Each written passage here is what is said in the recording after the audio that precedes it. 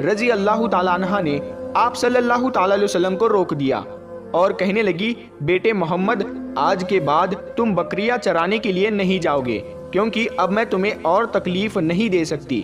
اے میرے بیٹے، مجھے تم سے بہت محبت ہے، ایک تو مجھے تمہاری یہ دوری برداشت نہیں ہوتی، اور دوسری بات تم میرے پاس بہت ہی عزیز امانت ہو، اسی لیے آج سے تم بکریاں چرانے کے لیے نہیں جاؤ گے، تم اب گھر میں ہی رہو گے۔ اس طرح سے حضرت حلیمہ سعدیہ نے پیغمبر حضرت محمد مصطفیٰ صلی اللہ تعالیٰ علیہ وسلم کو بکریاں چرانے سے روک دیا۔ پھر آپ اپنی بہن کے ساتھ میں جنگل میں ایک دن نہیں گئے، اس کے بعد دوسرے دن بھی نہیں گئے۔ اسی طرح سے آپ صلی اللہ تعالیٰ علیہ وسلم 3 دن تک بکریاں چرانے کے لیے جنگل میں نہیں گئے۔ تو تیسرے دن حضرت حلیمہ سعدیہ رضی اللہ تعالیٰ عنہ نے دیکھا کہ ان کا بیٹا روتا ہوا ان کے گھر آیا۔ یہ دیکھ کر دائی حلیمہ نے پوچھا، اے میرے بیٹے، کیا ہوا، کیوں رو رہے ہو؟ تو بیٹا کہنے لگا، اماں، ہماری ایک بکری کو جنگل میں ایک بھیڑیا اٹھا کر لے گیا ہے۔ جب دائی حلیمہ نے اپنے بیٹے کے منہ سے یہ بات سنی تو دائی حلیمہ کی آنکھوں میں آنسو آ گئے۔ جب اللہ کے پیغمبر حضرت محمد مصطفیٰ صلی اللہ تعالیٰ علیہ وسلم نے اپنی ماں حلیمہ سعدیہ رضی اللہ تعالیٰ عنہ کے آنکھوں میں آنسو دیکھے تو آپ صلی اللہ تعالیٰ علیہ وسلم کی آنکھوں میں سے آنسو بہنے لگے، کیونکہ آپ کا دل بچپن سے ہی بڑا نرم تھا، کسی کا بھی دکھ آپ سے برداشت نہیں ہوتا تھا، اور دائی حلیمہ تو آپ کی والدہ محترمہ تھی۔ پھر آپ صلی اللہ تعالیٰ علیہ وسلم کہنے لگے، امی جان، آپ روتی کیوں ہو؟ حلیمہ سعدیہ کہنے لگی، اے بیٹا محمد، ہماری ایک بکری کو جنگل میں ایک بھیڑیا اٹھا کر لے گیا، پتہ نہیں اب ہماری بکری کے ساتھ میں وہ کیا کرے گا۔ تو یہ سن کر اللہ کے پیارے نبی صلی اللہ تعالیٰ علیہ وسلم نے فرمایا، امی جان، آپ رونا بند کر دو، ہم ہماری بکری کو ابھی واپس لے کر آتے ہیں۔ یہ بات سن کر اماں حلیمہ سعدیہ کہنے لگی، نہیں میرے بیٹے، آپ جنگل میں مت جانا، بھیڑیے خطرناک ہوتے ہیں، وہ کہیں پر آپ کو نقصان نہ پہنچا دے۔ اسی طرح دائی حلیمہ منع کرتی رہی، لیکن آپ صلی اللہ تعالیٰ علیہ وسلم نہیں مانے اور کہنے لگے، نہیں اماں، ہم ابھی کے ابھی ہماری بکری کو واپس لے کر آتے ہیں۔ اس کے بعد اللہ کے پیغمبر حضرت محمد صلی اللہ تعالیٰ علیہ وسلم بکری کی تلاش میں جنگل پہنچ گئے اور ایک صدا لگائی، صدا دی آپ نے، اے ساکن صحرا ادھر آؤ، میری امی کی بکری لے گیا ہے کون بتلاؤ۔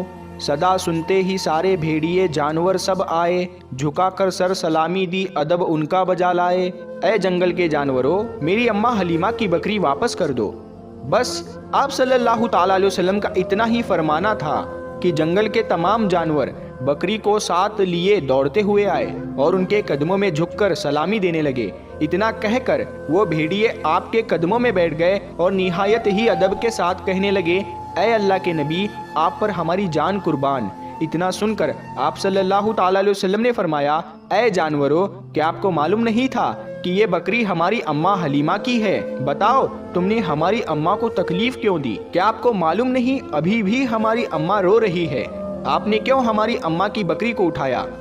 تو وہ جانور کہنے لگے، اے اللہ کے رسول، آپ بکریاں چرانے کے لیے کچھ دن تو جنگل میں آئے، اس وقت ہم چھپ چھپ کر آپ کے حسن کا دیدار کرتے رہے اور دیکھتے تھے کہ اس کائنات کے بنانے والے نے اپنا محبوب کیسا بنایا۔ اے اللہ کے رسول، اس کے بعد میں آپ نے جنگل میں آنا ہی بند کر دیا، 3 دن گزر گئے، آپ جنگل میں تشریف نہ لائے۔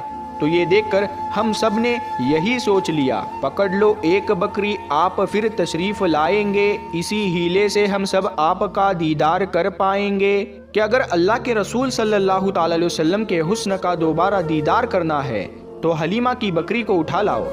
محمد اس بکری کو چھڑانے کے لیے ضرور آئیں گے، کیونکہ وہ اپنی ماں کو روتا ہوا نہیں دیکھ پائیں گے، اور اس طرح سے ہمارا دیدار مصطفیٰ ہوگا۔ اور وہ جانور کہنے لگے، اے اللہ کے رسول، آپ پر ہماری جان قربان، بہانہ تو اس بکری کا تھا، ہمارا مقصد صرف آپ کا دیدار کرنا تھا، اسی لیے ہم نے آپ کی اماں کی اس بکری کو نشانہ بنایا۔ تو پیارے دوستو، دیکھا آپ نے محبت کا یہ منظر، ان جانوروں میں شیر جو خونخوار مانا جاتا ہے وہ بھی تھا، بھیڑیے جو خونخوار مانے جاتے ہیں وہ بھی تھے، جنگل میں جتنے بھی خونخوار جانور تھے وہ بھی اس جانوروں میں شامل تھے۔ پیارے دوستو، اگر ایک بکری کو کوئی بھیڑیا اٹھا لے جاتا ہے، کوئی شیر اٹھا لے جاتا ہے تو اسے چھوڑتا نہیں ہے، اسے اپنی خوراک بنا لیتا ہے، لیکن آپ یہاں پر اس محبت کو دیکھیے کہ جانور بھی جس کو سجدہ کرتے ہیں، ایسے ہمارے نبی صلی اللہ تعالیٰ علیہ وسلم پیارے دوستو، امید کرتے ہیں آپ کو آج کا یہ واقعہ بہت پسند آیا ہوگا۔